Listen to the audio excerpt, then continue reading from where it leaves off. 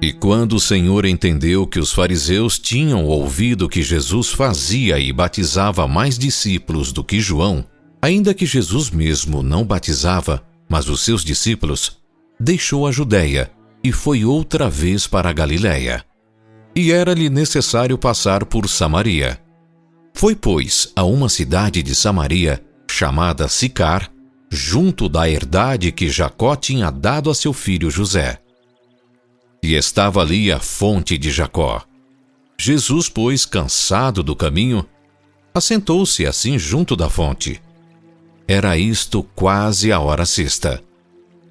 Veio uma mulher de Samaria tirar água. Disse-lhe Jesus: Dá-me de beber. Porque os seus discípulos tinham ido à cidade comprar comida. Disse-lhe, pois, a mulher samaritana: Como, sendo tu judeu, me pedes de beber a mim, que sou mulher samaritana? Porque os judeus não se comunicam com os samaritanos. Jesus respondeu e disse-lhe: Se tu conheceras o dom de Deus, e quem é o que te diz, dá-me de beber, tu lhe pedirias, e ele te daria água viva. Senhor, tu não tens com que atirar, e o poço é fundo. Onde, pois, tens água viva? És tu maior que o nosso pai Jacó, que nos deu o poço, bebendo ele próprio dele, e os seus filhos, e o seu gado? Qualquer que beber desta água, tornará a ter sede. Mas aquele que beber da água que eu lhe der, nunca terá sede. Porque a água que eu lhe der, se fará nele uma fonte de água que salte para a vida eterna. Senhor, dá-me dessa água para que não mais tenha sede, e não venha aqui tirá-la. Vai, chama o teu marido e vem cá. Não tenho marido. Disseste bem, não tenho marido. Porque tiveste 5 maridos, e o que agora tens não é teu marido. Isto disseste com verdade. Senhor, vejo que és profeta. Nossos pais adoraram neste monte, e vós dizeis que é em Jerusalém o lugar onde se deve adorar. Mulher, crê-me que a hora vem, em que nem neste monte, nem em Jerusalém adorareis o Pai. Vós adorais o que não sabeis. Nós adoramos o que sabemos, porque a salvação vem dos judeus. Mas a hora vem, e agora é, em que os verdadeiros adoradores adorarão o Pai em espírito e em verdade, porque o Pai procura a tais que assim o adorem. Deus é espírito, e importa que os que o adorem em espírito e em verdade. Eu sei que o Messias, que se chama o Cristo, vem. Quando ele vier, nos anunciará tudo. Eu o sou, eu que falo contigo. E nisto vieram seus discípulos, e maravilharam-se de que estivesse falando com uma mulher. Todavia nenhum lhe disse: Que perguntas? Ou, por que falas com ela? Deixou, pois, a mulher o seu cântaro e foi à cidade, e disse àqueles homens: Vinde, vede um homem que me disse tudo quanto tenho feito. Porventura, não é este o Cristo? Saíram, pois, da cidade e foram ter com ele. E, entretanto, seus discípulos lhe rogaram, dizendo: Rabi, come. Uma comida tenho para comer que vós não conheceis. Então, os discípulos diziam uns aos outros: Trouxe-lhe porventura alguém algo de comer?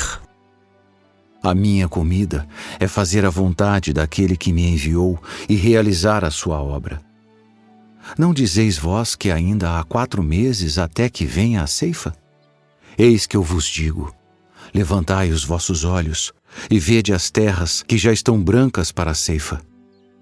E o que ceifa recebe galardão e ajunta fruto para a vida eterna, para que, assim o que semeia como o que ceifa, ambos se regozijem. Porque nisto é verdadeiro ditado, que um é o que semeia e outro o que ceifa. Eu vos enviei a ceifar onde vós não trabalhastes, outros trabalharam, e vós entrastes no seu trabalho.